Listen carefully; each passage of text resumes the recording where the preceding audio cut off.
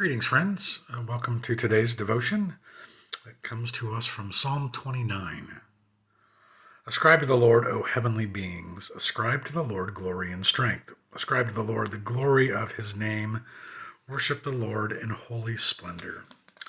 The voice of the Lord is over the waters. The God of glory thunders. The Lord over mighty waters. The voice of the Lord is powerful. The voice of the Lord is full of majesty. The voice of the Lord breaks the cedars. The Lord breaks the cedars of Lebanon. He makes Lebanon skip like a calf and Sirion like a young wild ox. The voice of the Lord flashes forth flames of fire. The voice of the Lord shakes the wilderness. The Lord shakes the wilderness of Kadesh. The voice of the Lord causes the oaks to whirl and strips the forest bare. And in his temple all say glory. The Lord sits enthroned over the flood. The Lord sits enthroned as king forever. May the Lord give strength to his people. May the Lord bless his people with peace. This is a psalm of praise, clearly, as the psalmist. In this case, it's attributed to David. He is singing praises to God for his power and his might. And the refrain of the voice repeated over and over again, the voice of the Lord does this and does that, reminds me of the creation story, on the 6 days in which God created, as he spoke creation into existence. Gives us just a tiny idea of how powerful God is, that out of the void, out of the complete nothingness, God can speak and creation exists. All of creation in the heavens and the earth, all that we see and beyond, so much more that we don't see, was all created by this almighty and all-powerful God. And he, again, his voice spoke it into existence. And so David is, I guess, like I said, recounting the power and the authority of God, the singleness of God. There is no other. In ancient times, there was thought to be gods over every part of existence, and here clearly David is making it clear there was only one God. And he makes several references to water, flood waters and raging waters.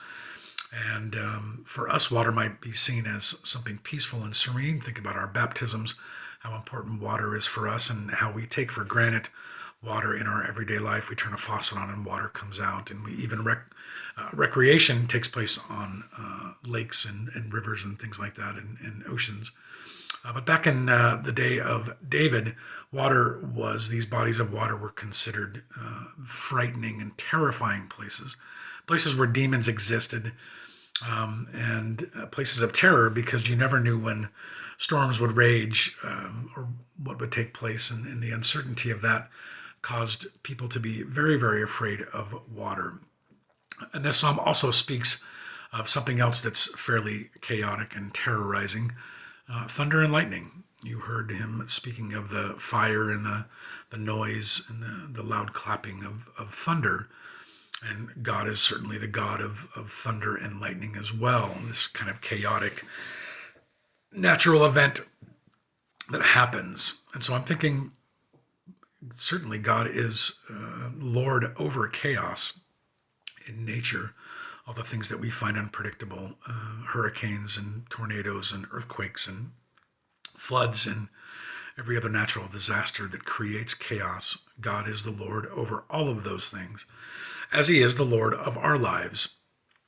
Lord of the good things, we should sing praises to him, and Lord over the difficult things, the chaos, if you will, in our life.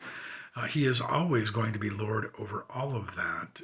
And it's just sometimes a matter of us understanding that, believing in that, and trusting him to bring calmness and stillness to the chaos that's in our life. And certainly we are in a time where there seems to be chaos everywhere. At least there's certainly been change in our lives for the last few months. And though it looks like we might be having some loosening of the restrictions, it's still going to be much, much different, and still going to be we're still going to be dealing with difficult change, and that can seem chaotic for some of us. I know it does for me at times. It seems very chaotic, and I just have to be reminded that God is Lord over all of that. And if I calm myself, if I sit for a moment and think about the majesty and the power and the glory of God, this one who spoke the creation into existence, and recognizing he is so much bigger than my problems and my chaos and my inconveniences.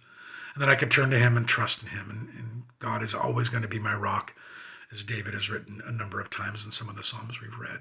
Where's the chaos in your life today? Where's the chaos in your life? Has it been there for a while? Give it to God and see if he doesn't still or calm the chaos in your life and bring some stillness. Focus on him and concentrate on him, and above all, give praise and glory to him for who he is. That's it for today, friends. We will see you for the next psalm. That will be Psalm 30. Blessings to you.